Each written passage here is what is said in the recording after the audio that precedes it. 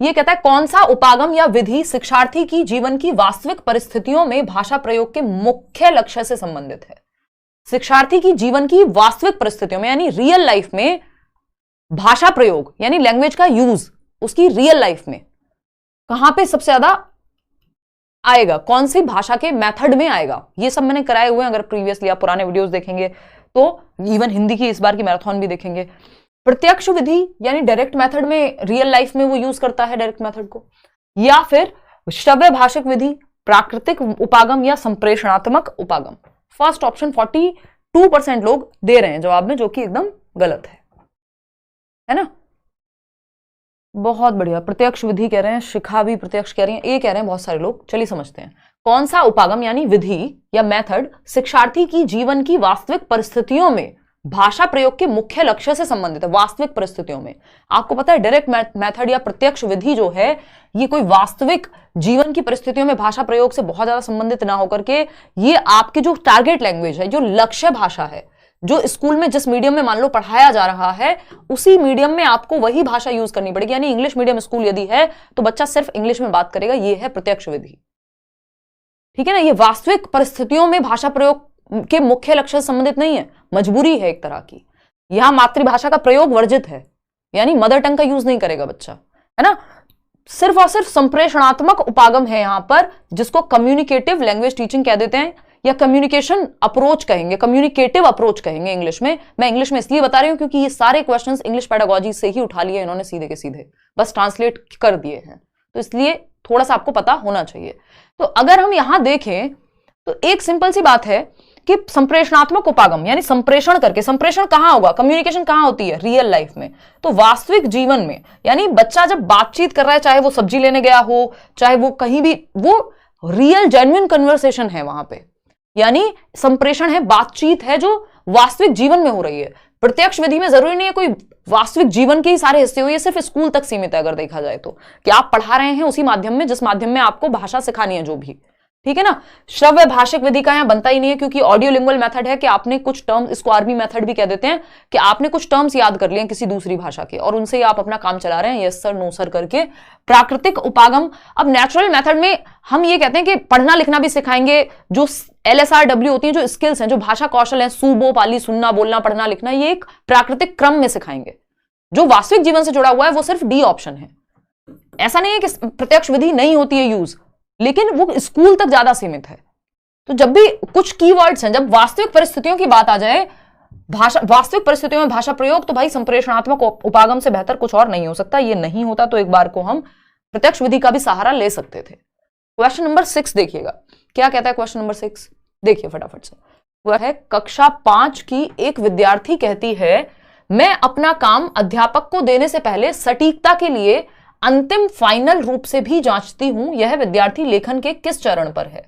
5th class की बच्ची है जो ये कह रही है कि जब मैं अपना काम मतलब जो भी मैंने होमवर्क किया है या जो भी मेरा काम है उसको मैं पहले जांचती हूं फाइनल, सटीकता के लिए कि उसमें कोई गलती ना हो, एक्यूरेसी है या नहीं है, एक्यूरेट हो मेरा काम, गलतियां कम से कम हो, चाहे वो स्पेलिंग मिस्टेक हो या कोई भी किसी भी तरह की मिस्टेक हो, तो एक्यूरेसी के लिए फाइनल जांचती हूं, खुद से जांचती हूं, टीचर से नहीं, टीचर को देने से पहले, ठीक है ना, पढ़ने से पहले कि देख लिया आपने सही है नहीं। जब आप पेपर करने जाते हैं तो आप एक बार चेक कर लेते हैं हाँ सब सही से लिखा है कि नहीं, ठीक है ना। मोए मोए हो गया, कोई बात नहीं अंशु, अभी होगा मोए मोए, कुछ दिन में समझ में आने लगेंगी चीजें कि किस तरह से पकड़ना है आंसर को। अंतिम यानी फाइनल रूप से भी जांचती हूं। तो यह विद्यार्थी लेखन के किस चरण पर है भाई, ये प्रूफ रीडिंग है। रीडिंग के हमने स्टेप्स किए थे, प्रूफ रीडिंग है, यानी पढ़ने से, फाइनल काम के प्रिंट होने से पहले, मान लीजिए मेरी बुक भी आ रही होती है कोई, तो उससे पहले प्रूफ रीडिंग होगी। नोट्स तक आपको जो मिलते हैं बैचेस में, जो नए बिल्कुल नोट्स फर्स्ट क्लास कहेंगे उनको, जो मिल रहे हैं आपको आज की डेट में, उसमें लगता है टाइम। आज मैं बैच में भी समझा रही थी कि कई सारी स्टेजेस हैं जिनसे होकर के वो नोट्स गुजरते हैं, है ना। कि फर्स्ट स्टेज क्या है, जब क्लास चल रही होगी तो एक एक चीज बाइलिंगुअली नोट्स में डाली जाएगी, तो पहला स्टेप ये हो गया कि वो लिखी जाएगी प्रॉपर। फिर सेकेंड स्टेप पे वो टाइपिंग के लिए जाएंगे, है ना। टाइप्ड होकर के जब वो आ गए, थर्ड स्टेप में टाइप होकर के आ गए, जब ये आ गए तो अब होगी प्रूफ रीडिंग, कि कहीं आप इन्होंने कुछ मिस्टेक कर दी हो, टीम ने कुछ गलती रही हो, जो कि निकलती है बहुत सारी गलतियां, है ना, कोई स्पेलिंग मिस्टेक है, कहीं कोई चीज गलत लिख दी है, तो ये प्रूफ रीडिंग होगी आपको फाइनल देने से पहले। ताकि सटीकता को जांचा जा सके। और ये प्रूफ रीडिंग अगर ठीक नहीं निकला उसमें तो प्रूफ रीड करके फाइनल करेक्शन के लिए भेजा जाएगा, फिर वहां से सामने से आएगा। तो ये कई स्टेजेस में जाके नोट्स जो आपको आसानी से मिल जाते हैं कि पूरे चैप्टर का आपको 5 पेज में नोट्स मिल गए अच्छे से, उसमें समय लगता है। तो प्रूफ रीडिंग एक्यूरेसी के लिए की जाती है कि सटीकता बनी रहे। सहपाठी मूल्यांकन होता है पीयर असेसमेंट के, बच्चे आपस में एक दूसरे की कॉपी को जांच रहे हैं खुद से ही, है ना। प्रारूपण होता था, ड्राफ्ट बनाया आपने कि आप ऐसा कुछ लिखेंगे, पुनः प्रारूपण, रीड्राफ्ट कर रहे हैं अगर कुछ गलती रह गई उस ड्राफ्ट में तो, ठीक। तो ये प्रूफ रीडिंग है, सिंपल। क्वेश्चन नंबर 7 देखिएगा और जवाब दीजिएगा। क्वेश्चन नंबर 7 कहता है कक्षा 3 की अध्यापिका अपनी कक्षा में पठन कोना सृजित करना चाहती है, यानी एक रीडिंग कॉर्नर बनाना चाहती हैं। बच्चों के लिए पुस्तकों का चयन करते समय निम्नलिखित में से किस प्रश्न को सबसे अधिक महत्वपूर्ण माना जाना चाहिए। यानी वो एक रीडिंग कॉर्नर, एक क्लास में एक रीडिंग कॉर्नर हो जहां बच्चे बैठ करके पढ़ सकें या उनको कोई कहानी सुनाई जा सके, पढ़ी जा सके उनके साथ। तो इसके लिए सबसे उपयुक्त या महत्वपूर्ण बात क्या है? पहला ऑप्शन है, क्या पुस्तकें तीसरी कक्षा की पठन पाठ्यचर्या के लक्ष्य को संबोधित करने में मदद करेंगी। यानी जो रीडिंग करिकुलम है या सिलेबस है उसका जो टारगेट है वो पूरा होगा उन किताबों से। जबकि रीडिंग कॉर्नर हमेशा टारगेट या सिलेबस पूरा करने के लिए नहीं, कई बार बच्चा लैंग्वेज को एंजॉय कर पाए, उसको समझने में मजा आए भाषा को, इसलिए भी होता है। तो ये गलत लक्ष्य है। क्या ये पुस्तकें एक से अधिक निर्देशात्मक प्रसंग में प्रयोग के लिए उपयुक्त हैं? कि आप ये जांचेंगे कि एक से अधिक जो इंस्ट्रक्शन है या सब्जेक्ट्स में काम आ जाएंगे या नहीं, ये भी सेंसलेस बात हो जाती है। क्या इन पुस्तकों के लेखक जाने माने हैं, बाल साहित्य के माननीय लेखक हैं, यानी नोन राइटर्स होने चाहिए, और बाल साहित्य की जो चिल्ड्रंस लिटरेचर है उसके इंपॉर्टेंट लेखक हैं। तो क्या सिर्फ इंपॉर्टेंट लेखक ही अगर हम पढ़ाएंगे तो बाकी लेखक कुछ अच्छा नहीं लिख रहे होंगे? तो ये भी उतना अच्छा नहीं है। इन्होंने गलती से या जो भी रहा है आंसर की में इसको ले लिया है, लेकिन ये सही उत्तर नहीं है बिल्कुल भी, ठीक है ना। ये लगाना भी नहीं है हमें, क्योंकि इस बार गलती मान लो हो भी गई, अगली बार नहीं होगी।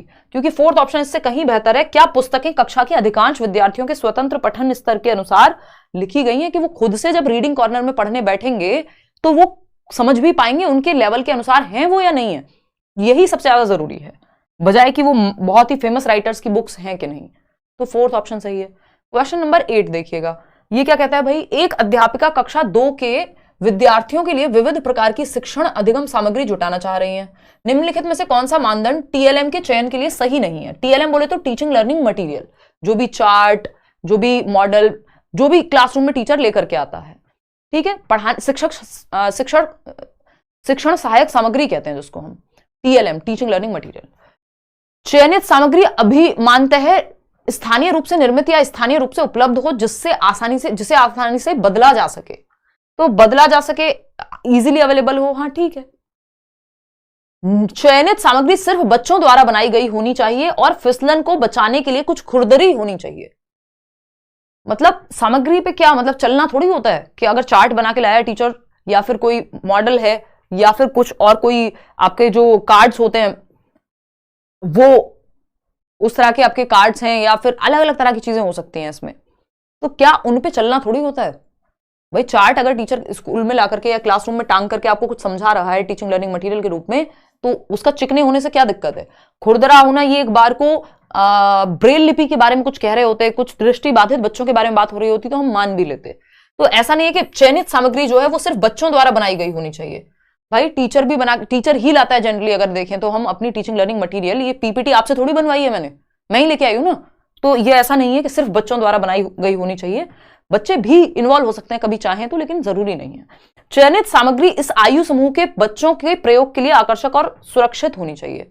कि ऐसा नहीं है कि बच्चों को वो खतरा ना हो उससे, कि आप कोई कुछ लेकर के गए इस तरह का, उससे करंट लग गया बच्चे को, तो वो सामग्री अच्छी नहीं है। फिर दूसरा, जो चयनित सामग्री आप लेके गए हैं, जो शिक्षण सहायक सामग्री आप लेके गए क्लास में, वो बच्चों की एज के एप्रोप्रिएट होनी चाहिए, एज एप्रोप्रिएट होनी चाहिए, आयु समूह के अनुरूप होनी चाहिए। दूसरी क्लास के बच्चे को आप 10वीं क्लास के लेवल की सामग्री नहीं लेकर के जाएंगे। फिर आता है 4th ऑप्शन, चयनित सामग्री ऐसी होनी चाहिए जो बच्चों को जिज्ञासा के साथ खोजबीन और प्रयोग करने में भी पर्याप्त अवसर दे। जैसे कोई गेम हो सकता है लैंग्वेज को लेकर के। तो ये बाकी बातें सही है, लेकिन ये जो 2nd ऑप्शन है वो गलत है कि सिर्फ बच्चों से ही बनवाओ और खुरदरी बनवाओ, ऐसी कोई शर्त नहीं होनी।